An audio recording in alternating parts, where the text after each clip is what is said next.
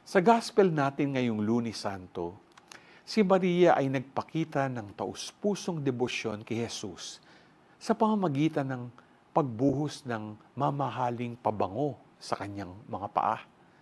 At pagpupunas nito ng ang gamit ay ang kanyang buhok.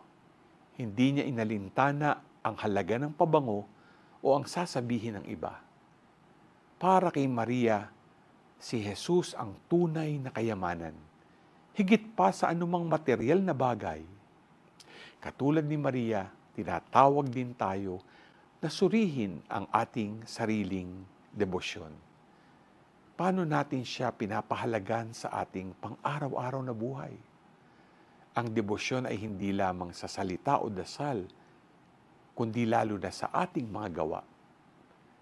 Ngayong Holy Week, gawin nating misyon na ipakita ang ating debosyon sa konkretong paraan.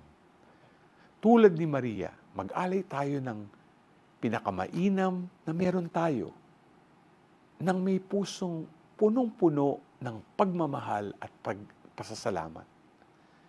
Kung si Jesus ang sentro ng ating buhay, handa ba tayong magbigay ng best para sa Kanya? G ka ba?